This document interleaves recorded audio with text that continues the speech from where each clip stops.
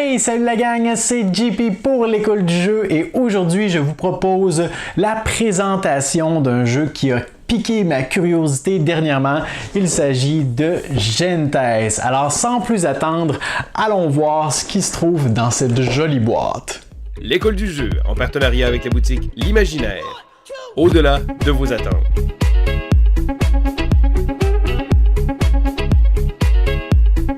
Nous voici devant la boîte de Gentes, ce jeu de Stéphane Ristas que l'on connaît pour avoir travaillé sur le très massif Arkwright, auquel je n'ai même pas encore eu la chance de jouer. Ce jeu était sur Kickstarter. Vous avez ici la version qui est disponible en magasin, la version qui est disponible en boutique.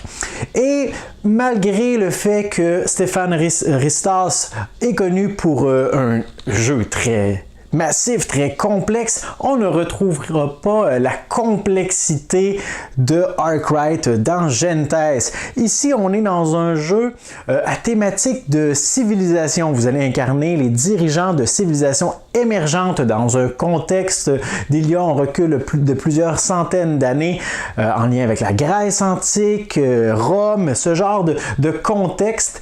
Mais ça a bien beau être un jeu de civilisation, on n'est pas dans les Clash of Culture ou dans les jeux de Sid Meier's Civilisation. On est vraiment davantage dans la gestion de ressources, la gestion du temps de nos ouvriers. Vous l'aurez donc compris, c'est un jeu avec des mécanismes beaucoup plus euros de ce qu'on connaît habituellement des jeux de civilisation réguliers. C'est un jeu pour 1 à 4 joueurs. Oui, les joueurs solistes seront heureux d'apprendre qu'il y a possibilité d'y jouer en solitaire et on estime que la durée de l'expérience de jeu est d'environ 90 minutes. Alors, allons voir immédiatement ce que l'on retrouve dans cette jolie boîte. Donc, nous retrouvons dans la boîte un petit paquet scellé. Bien intéressant, on va regarder qu'est-ce que c'est. Alors, ce sont des cartes de remplacement. Alors, peut-être qu'une erreur s'était glissée suite aux livraisons du Kickstarter et ils s'en sont rendus compte avant la livraison, donc pour pouvoir nous fournir ces, je crois, 2 ou 3 cartes de remplacement. Alors, très bien qu'ils s'en soient rendus compte avant la livraison. Je vais procéder au changement dès que nous aurons déballé tout ça. Nous avons par la suite un petit dépliant de publicité de Tasty Minstrel Games qui nous fait toujours des petits posters comme ceci, qui est quand même assez mignon, hein, tout de même. Mais bon, publicité, on met ça de côté. Ça finira probablement au recyclage de toute façon. Nous avons ici le livret de règles. Bien hâte de voir à quoi ça ressemble. Alors, ça semble ici les éléments pour la mise en place. Nous avons ensuite un petit aperçu des différentes phases de jeu, les différents éléments importants, les différents personnages, leurs actions qu'il est possible d'effectuer avec ceux-ci, les cases particulières, les différentes actions, les différents lieux, une nouvelle phase ici, la phase de déclin. Nous avons ici la fin de la partie, les variantes pour les expériences de jeu à 2 joueurs et les règles en solitaire qui commencent ici et qui se poursuivent juste ici pour environ un total de 1 page et demie de règles pour le mode de jeu en solitaire. Et ici, bien, on a une page quasi blanche. Donc, ça me semble assez complet. Un total de combien de pages? 15 pages au total, mais en ce qui a trait au jeu de base, on tourne davantage autour du 12 pages. Alors, ça me semble être assez léger, du moins dans son application, dans les règles, mais dans sa compréhension, dans ses mécanismes, j'ai bonne espérance qu'il y aura beaucoup de complexité et de profondeur à retrouver. Nous avons ici un petit glossaire des différentes cartes qu'il est possible de développer selon leur ère. Alors, dans l'ère 1, on va pouvoir débloquer des technologies comme les catapultes, la forge. Un peu plus tard, pendant la partie, on a aussi la statue, les étables, le puits. Lors de l'ère 2, on a des trucs un peu plus avancés, l'irrigation, les phares, les baraques, les théâtres. Et finalement, lors de la 3e ère, nous avons un observatoire, un palais, les pyramides, des écoles, Sphinx, la statue de Zeus. Donc, le jeu va se dérouler sur 3 ères qui vont bien évidemment évoluer, qui vont représenter les décennies ou les siècles même qui passent. Nous avons ensuite le plateau de jeu que je vais vous déplier de façon majestueuse sous les yeux immédiatement. Oh, ce plateau est recto verso, donc peut-être un côté pour le mode à 2 joueurs et solitaire. On va essayer de trouver une information sur le plateau. Nous avons donc ici, j'essaie de vous mettre ça de façon à ce que vous voyez bien, le plateau de jeu, qui est d'une bonne grosseur tout de même. Nous avons ici le côté à 1 et 2 joueurs, donc c'est ce côté qu'on utilisera. Probablement qu'il y a moins d'emplacements, je crois, surtout de villes. Ici, peut-être moins d'emplacements pour effectuer nos actions. Principalement, il y a un potentiel de 5 actions qu'il est possible d'utiliser dans ce jeu. 4 ou 5 de mémoire, ça a le rapport avec les petits encadrés de couleurs, mais bien évidemment, selon l'emplacement que vous allez sélectionner, l'action que vous allez décider de faire dans ce lieu, il y aura différentes répercussions sur notre partie. Nous avons ici la petite piste qui nous indique les différentes aires, la 1, 2 et 3. Chaque aire est divisée en 2 parties. Il y aura la phase de déclin aussi qui va arriver à la fin de certaines de ces étapes. C'est important de noter aussi que bien que le plateau soit tout de même assez gros, on devra, dans le bas de celui-ci, venir apposer des cartes qui vont dépasser du plateau. Alors ça va s'ajouter à l'ampleur, la grosseur du plateau que ça va prendre sur la table. Et c'est important également de noter qu'il y aura des plateaux individuels de joueurs qui vont s'ajouter autour de ça. Donc, finalement, un jeu qui va prendre tout de même pas mal de place. On a l'autre côté juste ici pour les parties à 3 et 4 joueurs, comme on le disait, plus d'emplacement, plus de disponibilité pour les villes, mais ça me semble être les seuls éléments de jeu qui changent pour chacun des côtés du plateau. On parlait donc des plateaux individuels de joueurs. Nous les retrouvons juste ici, ces fameux plateaux de différentes couleurs. Si on prend le bleu, parce que j'ai un petit penchant pour le bleu, on y remarque donc différentes pistes. Nous avons la piste du temps juste ici, avec des petits cadenas, puisqu'au début de la partie, nous aurons des emplacements qui seront verrouillés. Notre temps sera donc plus raccourci, si on veut. On aura moins de temps pour effectuer nos actions, parce que dans ce jeu, il y a différentes notions qui sont importantes de garder en tête lorsqu'on veut réaliser nos actions. Nous avons des actions qui vont nous demander de l'argent. Alors, il faudra gérer notre argent convenablement, mais davantage d'actions qui vont nous demander beaucoup de temps aussi. Alors, les actions qui nous coûtent beaucoup de temps, eh bien, vont faire progresser nos petits marqueurs sur cette piste très rapidement. Et vous l'aurez compris, lorsque nous n'avons plus de temps disponible, eh bien, on ne peut plus continuer à jouer. Il y a donc une notion du temps qui est très importante tout de même et très intéressante.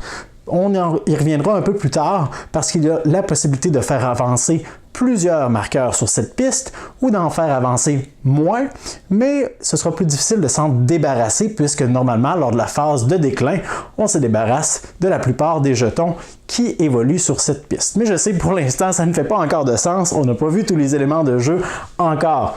Nous avons donc un petit rappel ici des différentes actions qui sont disponibles, qu'est-ce qui se passe pendant la phase de déclin, à la fin de la partie, les différentes pistes des personnages qu'il est possible, ou plutôt des rôles qu'il est possible d'avoir dans notre civilisation. Je sais qu'il y a un marchand, il y a un artisan, il y a un prêtre, il y a un guerrier.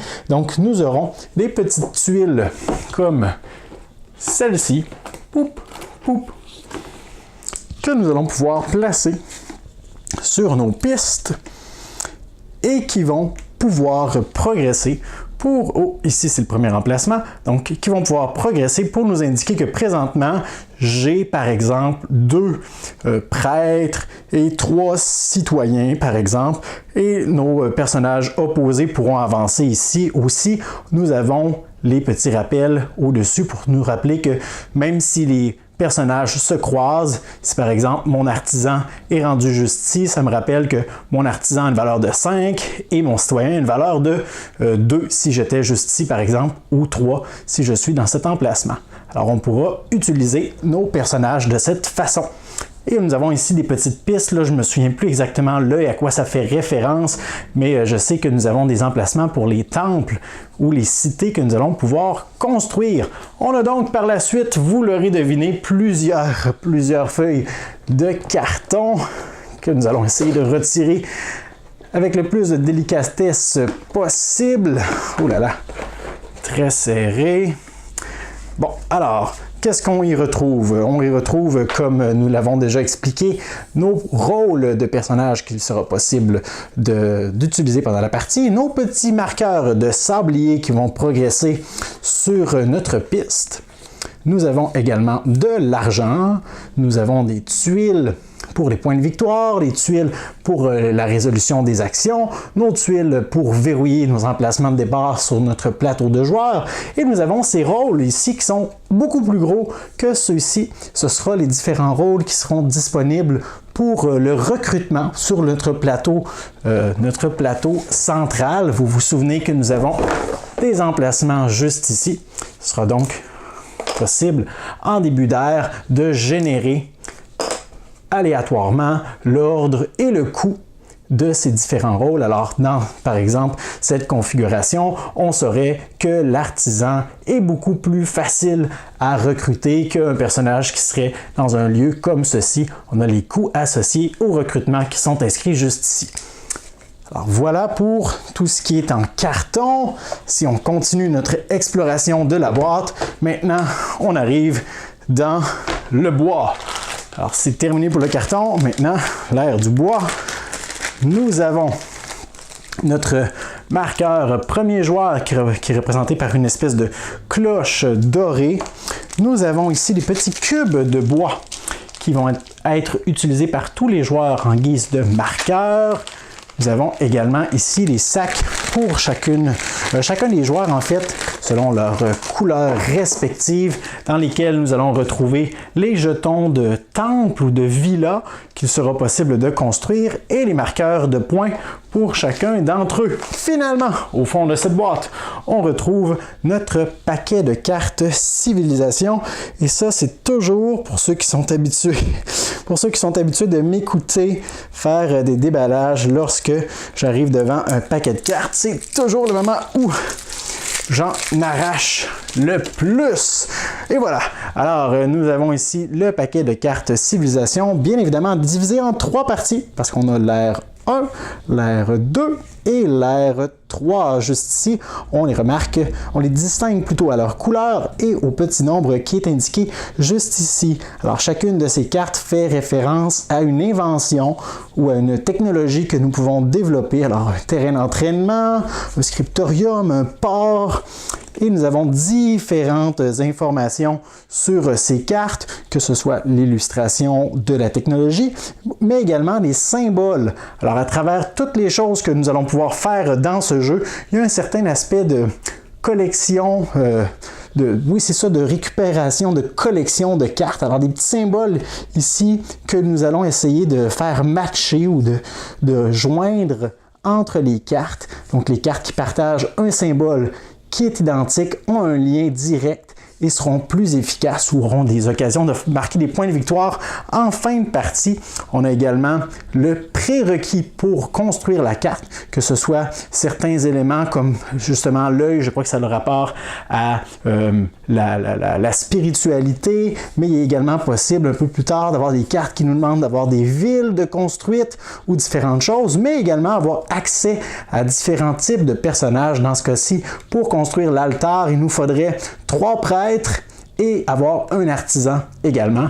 Et juste ici, eh bien, on a le bénéfice lorsqu'on construit la carte. Et comme on l'a dit un peu plus tard, ces cartes vont évoluer, vont progresser, vont devenir de plus en plus efficaces et puissantes. Alors voilà pour ce que j'avais à vous présenter avec le contenu de Gentes. Je sais que c'est très sommaire. Nous ne sommes pas allés tout dans les détails, les règles de jeu. Il y a encore beaucoup de choses que je veux découvrir en lien avec ce dernier. N'hésitez pas à me faire parvenir vos commentaires. Est-ce que vous y avez joué? Je sais qu'il y avait une version Deluxe qui m'a l'air magnifique, qui était disponible sur Kickstarter. Alors, si vous avez eu l'occasion de jouer à Gentes, vous pouvez me donner vos commentaires sous la vidéo. Vous pouvez également envoyer un pouce vers le haut pour manifester votre satisfaction de cette vidéo. Et moi, je vous dis à la prochaine.